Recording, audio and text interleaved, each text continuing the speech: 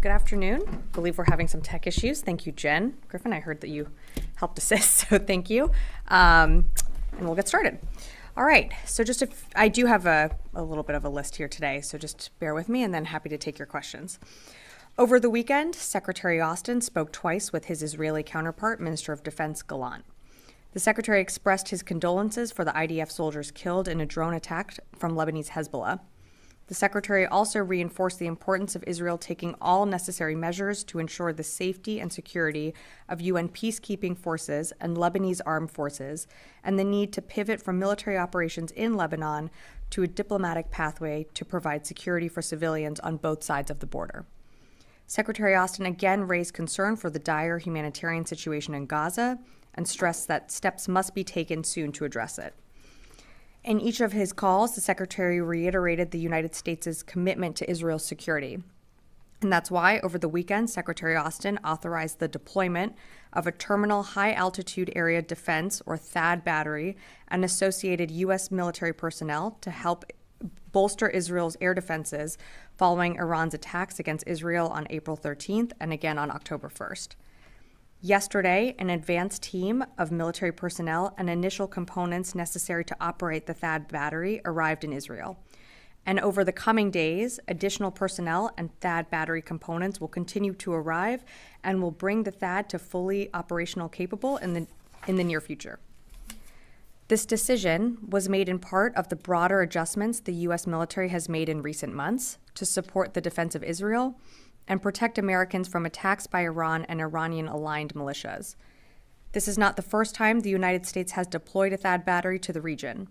Earlier this year, a THAAD was deployed to the Middle East following last year's October 7th attacks to defend American troops and interests in the region.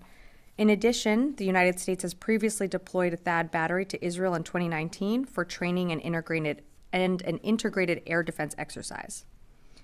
Shifting gears, the department continues to support relief efforts related to Hurricane Helene and Milton and will continue to work with our federal, state, and local partners to help our fellow Americans. As of earlier today, the National Guard has mobilized more than 4,500 guardsmen from 7 states for response and recovery missions following Hurricane Milton. The U.S. Army Corps of Engineers has approximately 300 people supporting with temporary roof support, infrastructure assessment, debris control, flood response, and more. The department's response efforts for Hurricane Helene continue as well. The National Guard has roughly 3,000 guardsmen from 13 states mobilized and approximately 1,500 active duty soldiers who are mobilized and helping with response efforts.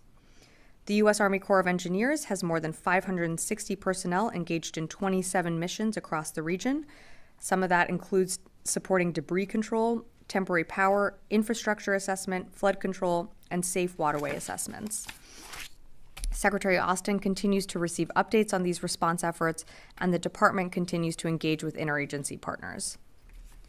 Shifting gears again, in September 2023, Secretary Austin announced that the department would, for the first time, begin to proactively review the military records of former service members discharged under Don't Ask, Don't Tell due to their sexual orientation.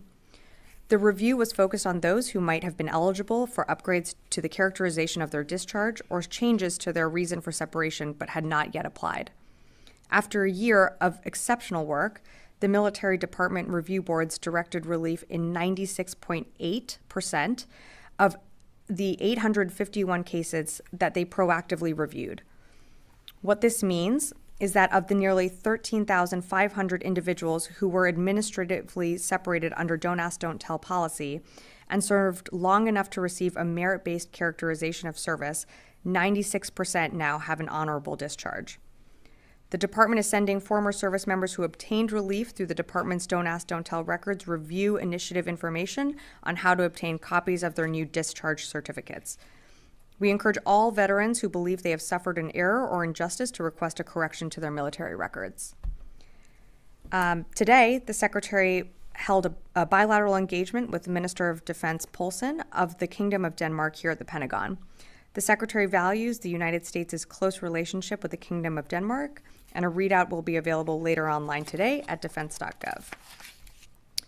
And finally, tomorrow, Secretary Austin will travel to Brussels, Belgium, from October 16th through 18th, 2024, to participate in a series of multilateral meetings, including the NATO Defense Ministerial and the Ministerial of the Force contributing members of the Global Coalition to Defeat ISIS.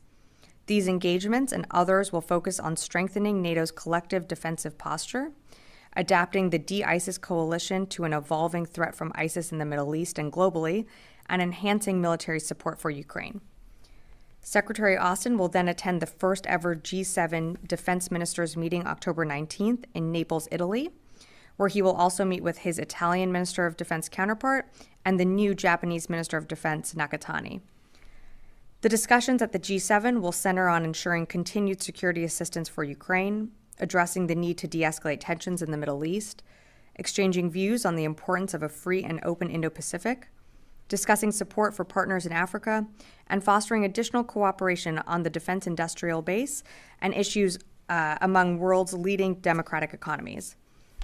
Later on in the trip, Secretary Austin will conclude with an official engagement in Vatican City. And with that, I'd be happy to take your questions.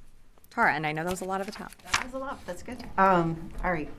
So with the Secretary's consultations with Minister Gallant over the last couple of weeks since Iran's ballistic missile attack, has he been encouraging Israel to not retaliate against Iran's oil facilities or nuclear facilities? And is he encouraged by indications that that Israel may avoid those targets? So thanks, Tara, for the question. So as you saw over the weekend, the Secretary spoke with Minister Gallant twice. I don't have more to provide beyond those readouts. Again, speculating on a potential response from Israel, I'd refer you to them to speak to their own operations, but I just don't have more to provide than those readouts. Okay, so trying it from another angle then, would the Secretary prefer that Israel not strike Iran's nuclear facilities? Appreciate the question in a different angle. I'm not going to be able to provide more than the readouts. The Secretary, as we've said for a few weeks now, we continue to engage the Israelis on, and speak with them about what their response might look like. But I'm just not going to be able to provide more on that. Natasha.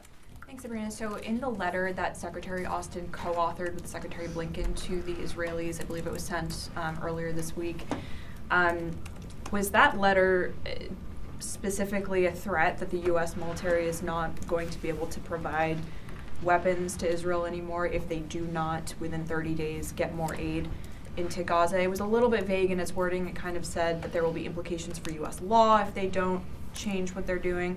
But is this specifically a threat to withhold certain forms of military assistance if they don't move forward with changing the amount of aid into Gaza?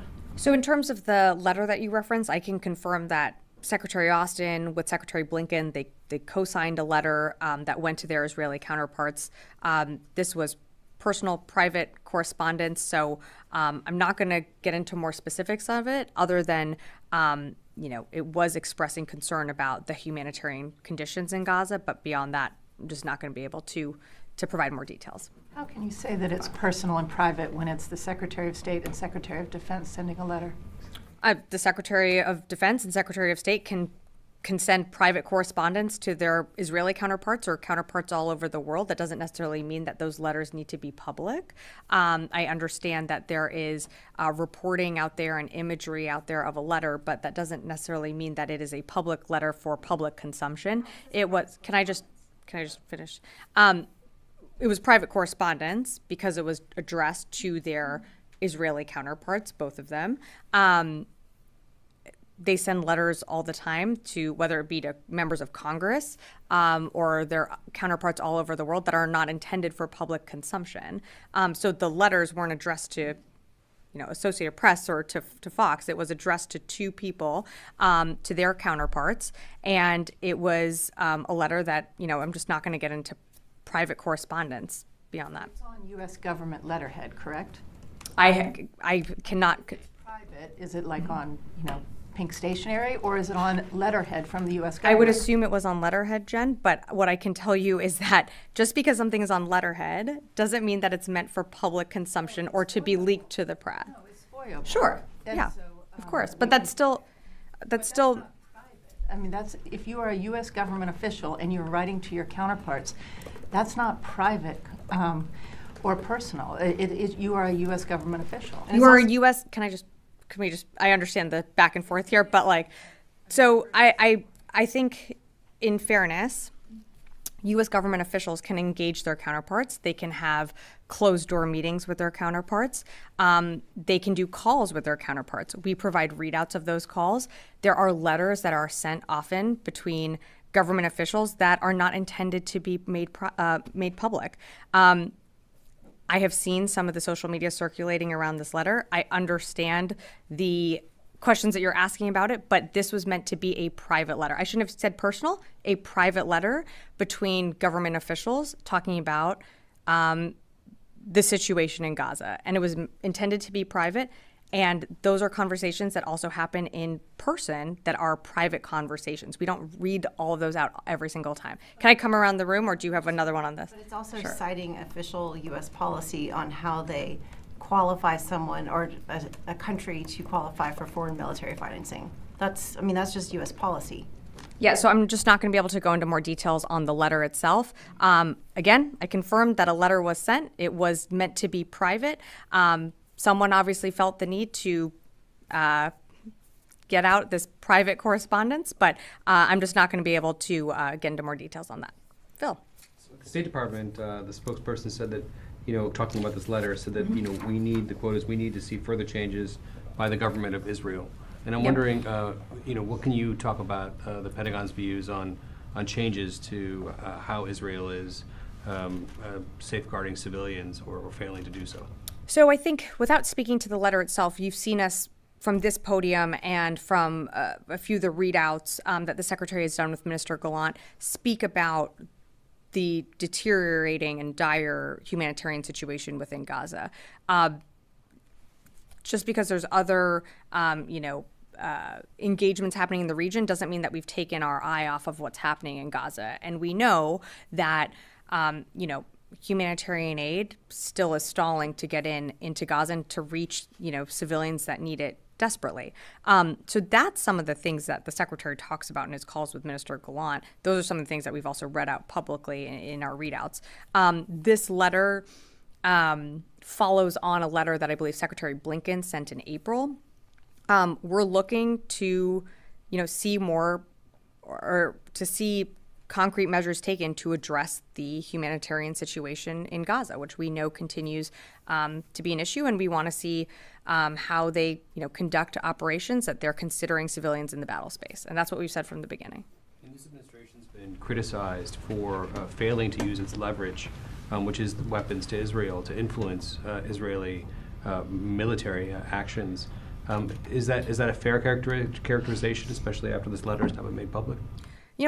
I would push back on that. And again, without going down the rabbit hole of private conversations, but we have had very frank and direct conversations with the Secretary has with his Israeli counterpart. I'm not going to go into a line item list of every single time they've done something differently because of our advice or because of conversations that we've had. But, we have seen them change their behavior in certain circumstances. Is there more that we are working with them on? There is, and we're going to continue to engage with them on that. So you've used that leverage. You've threatened to withhold weapons. I didn't say that. I said that we continue to have frank conversations with them. As you know, we do still have that one shipment of the 2,000-pound bombs currently still paused. But I'm just not going to be able to go beyond that. Joe. Thanks. On your advice, and you said you've seen some changes in their behavior. Among the things that the Secretary's mentioned, you just mentioned, were opposition to bombing or targeting densely populated areas in Beirut from Israeli airstrikes. We haven't seen that happen in the past couple of days. Is that something that they committed to the Secretary or to anybody in this department of stopping? So I'm just not going to be able to go beyond the conversations and the readouts that we've provided. But one of the things that I think you've seen in the readouts is the Secretary impart the need to take into account, innocent civilians, whether it be in Beirut or on that, on that border region in the northern part of Israel where they are conducting operations to clear, where Hezbollah infrastructure is. We've always said from the beginning that civilians need to be considered in the battle space, and they, measures need to be taken to protect innocent lives. That's something that, is not new. It's something that we've continued to say from the very beginning. And on the THAAD, did Israel request that? It was a conversation between, I would say, both governments. I think it's fair to say that we've seen now 2 unprecedented attacks from Iran on April 13th and October 1st. You've seen our destroyers engage from the sea. This is now a land-based capability that will be able to help defend against another ballistic missile attack if Iran did choose to respond in that way. Just one final Sure. one. The former top, policy chief for the Middle East here at the Dana Stroul, and spoke to FT, today. She says that the Israeli munitions issue is a serious issue, and that the U.S. cannot continue to supply Ukraine and Israel at the same pace because U.S. stockpiles are not limitless. Is the department able to provide weapons to both countries as long as needed? Well, I think it's fair. That's a fair assessment that, our supplies are not endless. You've seen us request supplemental packages to help, be able to support Ukraine and to support Israel. You've seen us have issues, when it came to reinvigorating the defense industrial base. So I think, we are continuing to support Ukraine in what it needs on the battlefield. We're continuing to support Israel in its self-defense. We're going to continue to engage the defense industrial base on how best to do that. But part of the way we have to work and to continue to do all this on all fronts is we have to work with Congress. And not to belabor the point, but for nearly 6 months we had a delayed supplemental package that we didn't get, which delayed our own shelves from being backfilled. That puts pressure on the system. But one thing that we're always going to do is, and one thing that the Secretary is always considering, is our own readiness. So we always have to weigh that when we're supporting, whether it be Ukraine, the Middle East, and our Israel self-defense, our own forces, and then of course always keeping an eye on the Indo-Pacific. Anne. So putting the letter aside, is there anything that you can say that Secretary Austin wants to see done? What specific things does he want to see Israel do in the next 30 days to increase aid? And then also there was mention of the NSM-20. So is there a concern that Israel is breaking these policies that U.S. weapons are being used in possible war crimes? So just not going to be able to get more into the letter. In terms of what the Secretary wants to see within Gaza, you've seen it in his readouts, what he said, that he wants to see, and what I read at the top is the humanitarian situation continues to deteriorate in Gaza. And that's why, we did what we did over summer, which surging and installing a maritime corridor in to get humanitarian aid in any way that we could. And we're also conducting airdrops as well. We know that more trucks need to get in. That is, and we've said that from the beginning when we installed JLOTs into the beach in Gaza. The land routes are the most effective way to get aid flowing to the civilians that need it most. So, of course, we want to see those corridors open up. That's something that the Secretary continues to emphasize in his calls. I'm not going to be able to go more into the letter other than what I said earlier, but the humanitarian situation in Gaza certainly remains on the Secretary's mind in all of his calls with Minister Gallant. Wafa. Hi, Sabrina. First, on that requires a significant number of boots on the ground. Are we seeing here a shift in this administration's no boots on the ground policy? And then I have another question on Lebanon. Sure. So just to clarify, Wafa, the THAAD will take approximately 100 soldiers to operate it. No change in terms of, take a step back. We've had personnel in Israel before October 7th. So we've had a relationship with Israel and having a military footprint there. Think of the THAAD as an augmentation to just Israel's air defenses and exactly what our DDGs do in the Eastern Med. They provide a ballistic missile defense capability that is, sea-based. This one's land-based. So it just augments Israel's self-defense. It's, we saw the attacks that happened on April 13th and October 1st. We know that we need that additional layer on land, and we're happy to provide it. On Lebanon, in his recent phone calls with Mr. Gallant, Secretary Austin reinforced the need to shift from military operations in Lebanon to a diplomatic pathway in a feasible as soon as feasible. Has Secretary Austin asked Mr. Gallant of a timeline? Did he has the chance to discuss a timeline with him about the operations in Lebanon? And I have another follow-up. Sure. I don't have anything to add on timelines, but the secretary, of course, continues to urge for a diplomatic off-ramp here. We know that that is the best path forward. That's what we want to see. That's what this administration continues to push forward for. And so that's what he emphasizes in his calls. You had another one? Yes.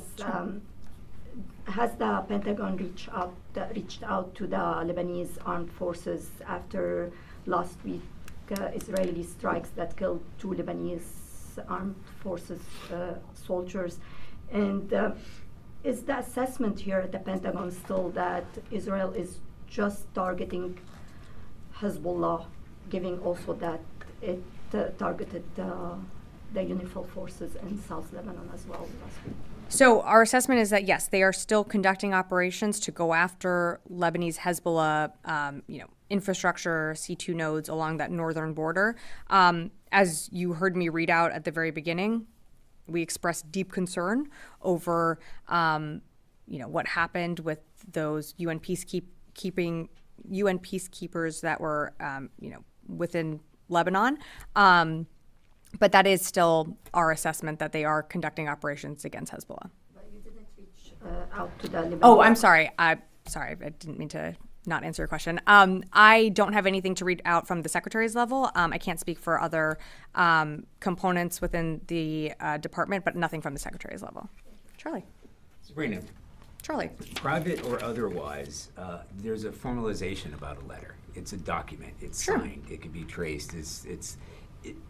Who does that serve? Is it because the United States needs to be seen to be doing something? Knowing this letter would get out, signed by these 2 very important figures at this particular time. Why? Why wasn't it a phone call? Why was it a letter? Okay. Well, appreciate the question, but we didn't know it was going to get out. We didn't know that someone was going to. All I can tell you is that the secretary and Secretary Blinken sent a letter. Not going to go into those details. I've seen the social media reports out there, but I'm just not going to go into more details of a letter. Why do you make a phone call versus sending an email versus sending a text? Look, I'm not going to go into the decision making of why a letter versus a phone call, but it was meant to be a private correspondence between 2 senior administration officials, from the Department of Defense and Department of State to their counterparts. Again, I understand it is an official letter on official letterhead, but those correspondence are still, meant to be private, and so I'm just not going to go into more details on the letter. There's a paper trail. It was literally making a statement. It is literally a statement. Yeah, but Charlie, you also have to understand that we do statements that are press releases that are for press consumption. The secretary does calls with his counterparts all the time. We don't put, a live stream of that on defense.gov for everyone to listen to. Those are meant to be private conversations. This was a private correspondence with their counterparts. Again, I'm just not going to be able to go into more details on the list. Sure. In terms of when it becomes operational, I know we can't discuss that. But what specific role does it fill? What hole was missing in Israel's defenses, America's very robust defenses there, and why now? There's been lots of trouble in the past. What specifically does the THAAD bring to this fight that isn't there already? So you'll remember that on October 1st, it was approximately 200 ballistic missiles that Iran fired towards Iran. That was nearly double what we saw on April 13th. So they launched more of a certain capability. On April 13th, we had more of our fighters in the air shooting down UAVs and cruise missiles. Our fighters are not going to engage these types of ballistic missiles. The DDGs in the Eastern Med on April 13th were the ones that engaged the ballistic missiles. So what we saw on October 1st was them adjusting their strategy. We have to augment Israel's air defense systems. We are there to help in their air defense and in their self-defense, and in doing so, augmenting their air defense. So why now? should Iran choose to respond again with, again, not trying to go down a hypothetical, but if it's more ballistic missiles or what we saw previously, a THAAD adds capability to Israel's air defenses and can help shoot those down and protect, innocent civilians there, and that includes Americans who are in Israel. We've made some of these force posture adjustments in the past. We are always nimble, always able to adjust as needed. This was a decision that the Secretary decided to make. Fadi. Thank you, Sabrina. Of course. So as you said, the deployment of the THAAD in case Iran decides to attack again, which means potentially U.S. soldiers might be in harm's way. For a year now, you've been telling us the U.S. is not involved in this conflict. Putting troops on the ground now wouldn't make the U.S. involved in the conflict? No, Fadi. What would you do? Potentially these soldiers could be targeted as well by Iran. So, Fadi, I think it's important to remember that the THAAD serves a similar purpose to our DDGs. It is an air defense system that is helping augment Israel's air defenses that can help shoot down ballistic missiles. This is also meant to be a temporary provision of air defense capabilities to better protect Israel. It's in keeping with our intent to reduce tensions, and it is, also there to help de-escalate. But of course, as the president has said from the beginning, we are there to support in Israel's self-defense. This is a capability that we felt was needed. Yeah, but assisting with the defense of Israel from a ship is different from putting forces on the ground inside Israel while Israel is being hit by ballistic missiles. Both forces in the sea or land are in harm's way, Fadi. Yeah, but putting them inside Israel is different. As from a political standpoint, this will open potentially open up the door for maybe them being in harm's way and then the U.S. having to respond to Iranian attack. What I'm saying is, this potentially opens the door for U.S. to get more involved in this conflict, not the opposite. Fadi, just taking a step back, our destroyers in the Red Sea are getting shot at by the Houthis, pretty regularly. Our forces in Iraq and Syria getting attacked by Iran-backed militias, from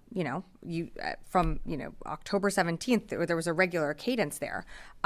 We have forces deployed all around the world in harm's way. And our forces are bravely serving to protect American citizens, and in this case, to help with Israel's self-defense. While I understand your question, again, this is an operational deployment very similar to what you're seeing, whether it be in the Red Sea or in the Eastern Mediterranean. This is a capability that is going to help augment Israel's air defenses. This is not meant to draw us into a larger regional conflict. It is a commitment that the president made that we will be there to stand in Israel's self-defense. Okay, I have one more question, although I'd like to note that deployment in the Red Sea is an international water. It's not on sovereign land or within the territorial water of another nation. But they're still in harm's way. I know, but that's different from deploying to a nation that might be attacked because of its own actions, which is different. Well, I mean, Fadi, But you don't want to get into it, but just pulling it back, you're talking about a nation's own actions, but let's remember what happened on October 7th. Okay, we can remember the last 75 years, but that's not my point. Another question, did the Secretary in his last two phone calls with Mr. Gallant express opposition to Israel's strikes inside Beirut, capital of Lebanon? Without going beyond the readout, the Secretary reiterated the need to do more when it comes to protecting innocent civilians. I'll just leave it at that. Thank you, Sabrina. Could you confirm if this is the first time the U.S. sent troops to Israel since October 7th? Well, we've had a military presence in Israel before October 7th. We had personnel there after October 7th. You might remember with whether JLOTs or assisting with hostage rescue and recovery. So no, not the first time that military personnel has been within Israel since October 7th. If you're asking about the THAAD specifically, we deployed a THAAD to the region post October 7th, and a THAAD was there in 2019 for an exercise. I'll come back. I'm just going to go to some of the other. follow up. Yeah. I mean, I guess you have had batteries in other countries in the region. Mm-hmm. Would you mind if you reveal what countries host those THAADs? I would mind revealing those. I'm not going to give a operational placemat of where all of our air defenses are. I don't think that really helps our adversaries. Well, actually, I think that would help our adversaries. But I think what you can be assured of is that we're always going to have capabilities in the region needed to protect our forces. But I'm just not going to be able to give you that readout. The THAAD in Israel, not mentioning them in other countries. Because of what we are doing to defend Israel, it made sense to announce this. Well, thank you very much, no. Sabrina. You had a back and forth about the THAAD system and how they are always all around the region in harm's way. But this time... Well, we have troops all over the world, serving all over the world in harm's way, yeah. That's correct. And anytime anything could happen, that's obviously granted. But Iran has already committed to attacking Israel again if they were to be attacked.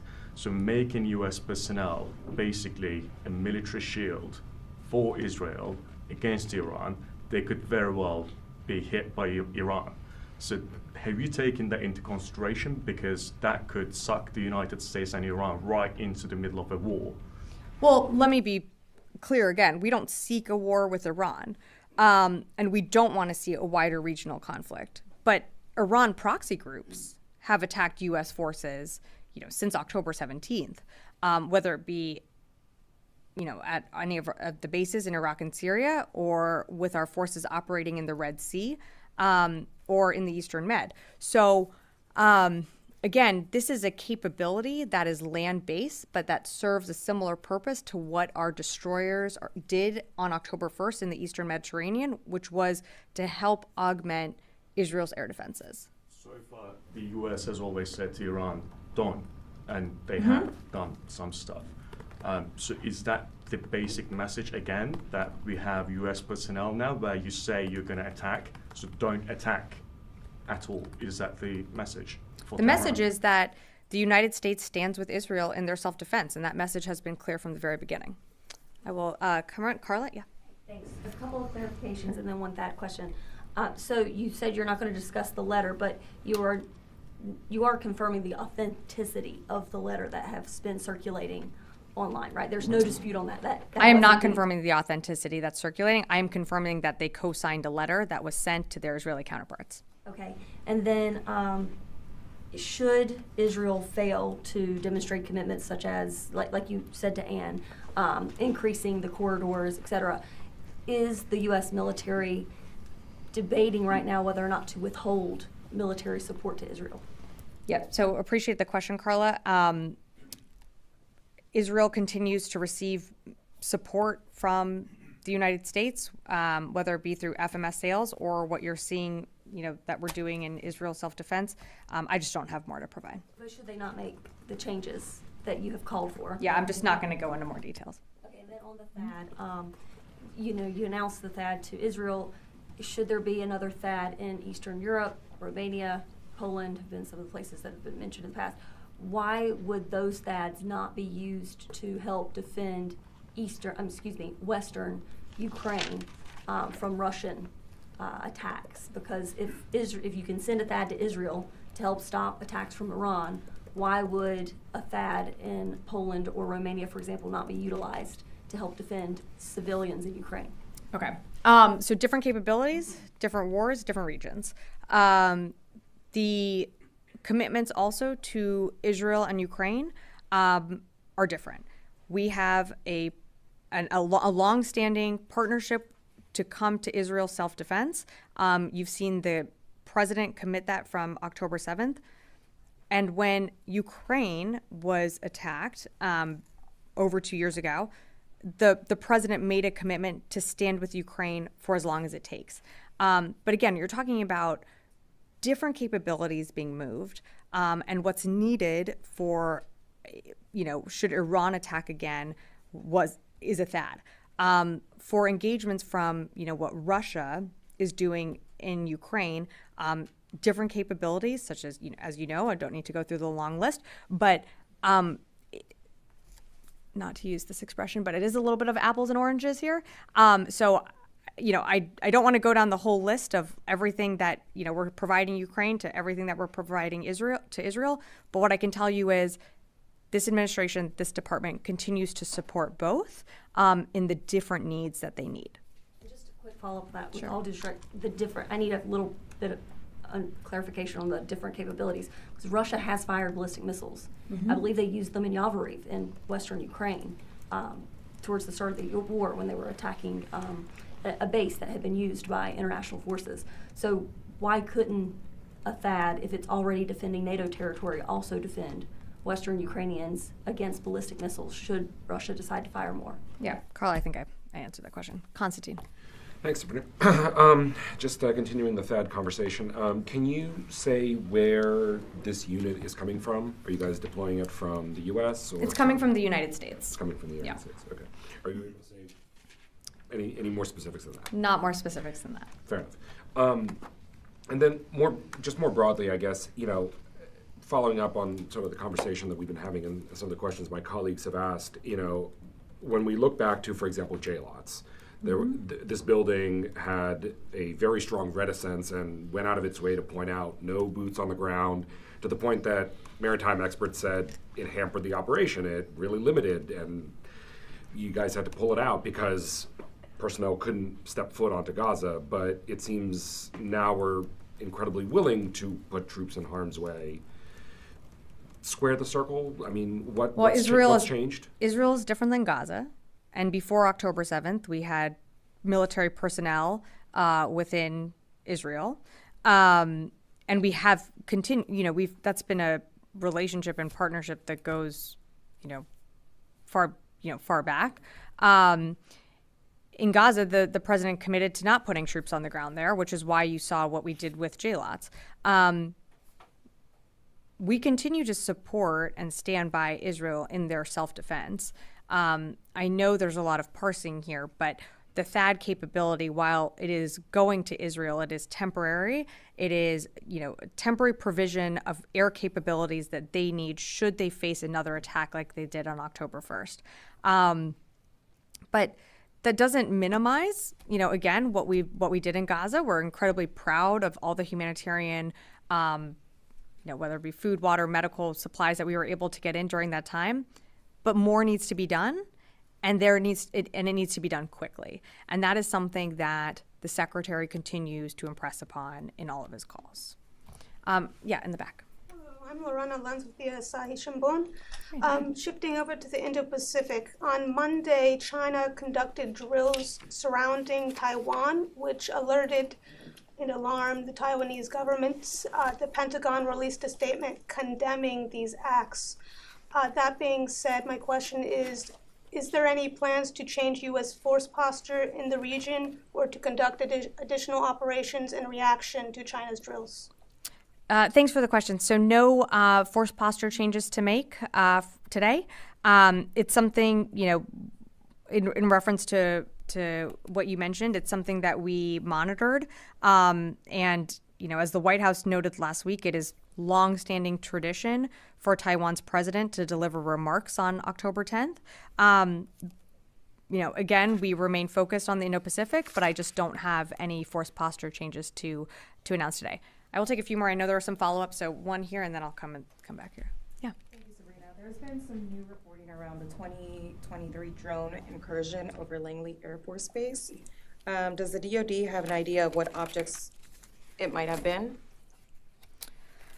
Thanks so much for the question. So specifically, Langley Air Force Base did experience incursions of unauthorized unmanned aerial systems last year in December 2023.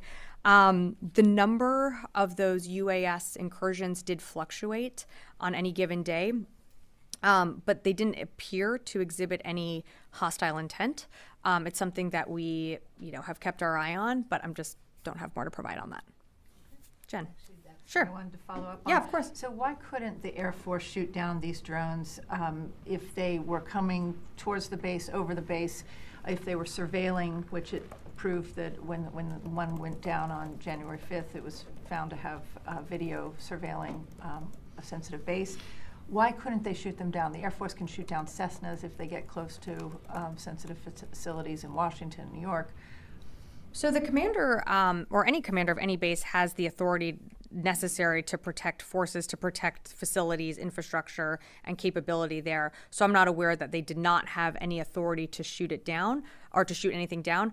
I do know that with all of these incursions, given that it's, you know, on U.S. soil, there is another level of coordination within the interagency that needs to take place. But the commander absolutely had his or her authorities to engage any systems that are a threat to the base. And wouldn't surveillance or intelligence gathering be a threat to the base? Yeah, again, Jen, this is something that, you know, I know the department continues to analyze. I don't have any information, or I can't confirm what you're saying. All I can tell you is that, you know, the Air Force Base did experience a number of incursions, and that, you know, we have been looking into it. And if I have more to share, I certainly will. Do you know where the drones were shot from? I don't. Tara, and then Tara, one in the back, and then Charlie. Back to the letter, understanding it's a private letter that was not intended to be released publicly. Did the secretary coordinate this letter with the White House or notify the president or NSC that they were sending this to their Israeli counterparts? Yeah, so without going into the interagency court on private correspondence, I think it's fair to say that there was an effort by the interagency here. You can see that with one of the co-signers being Secretary Blinken, but I'm just going to leave it at that. But did the president, was the I'm not president gonna notified, and was he supportive of this letter going out? You'd have to ask the White House. I'm not going to get into more details on that. Yeah, in the back, and then I'll go to Charlie. Thanks, Sabrina. Heads of German intelligence have reported an increase in Russian-backed sabotage and disinformation. There was one particular incident that was reported last week involving a package catching fire before being loaded on a cargo plane. There have also been reports of drones flying over critical infrastructure. Is the DoD aware of this? Is there some sort of increased cooperation with the German authorities regarding this? And other drones that were mentioned reportedly flying over military bases here being investigated in that context? And as a follow-up, what gave the impression that there was no hostile intent? That's, in terms of the no hostile intent, that's our initial assessment. As I mentioned to Jen, who asked about this, you know, while I don't have more to provide, it's something that we're continuing to do an assessment on. In terms of the reports that you're citing, I don't have anything to add to that.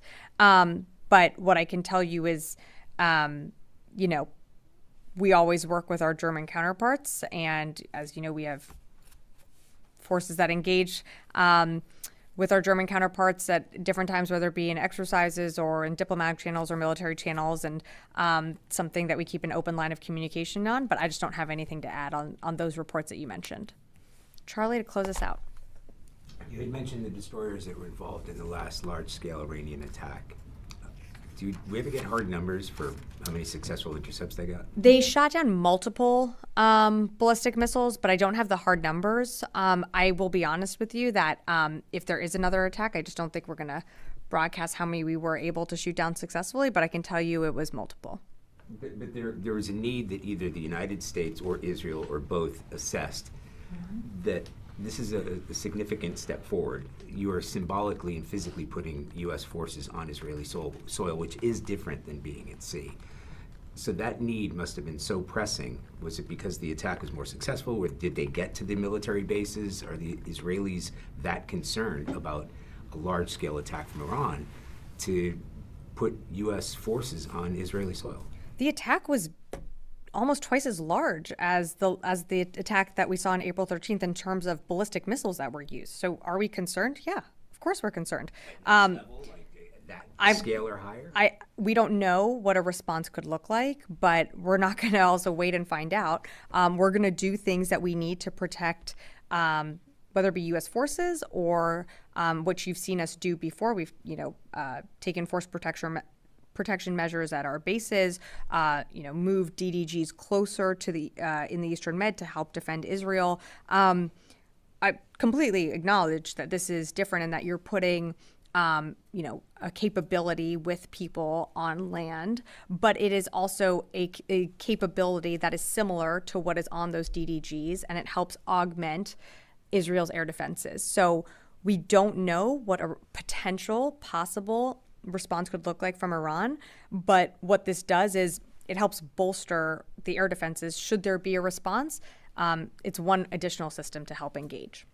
Okay. All right. Thanks, everyone.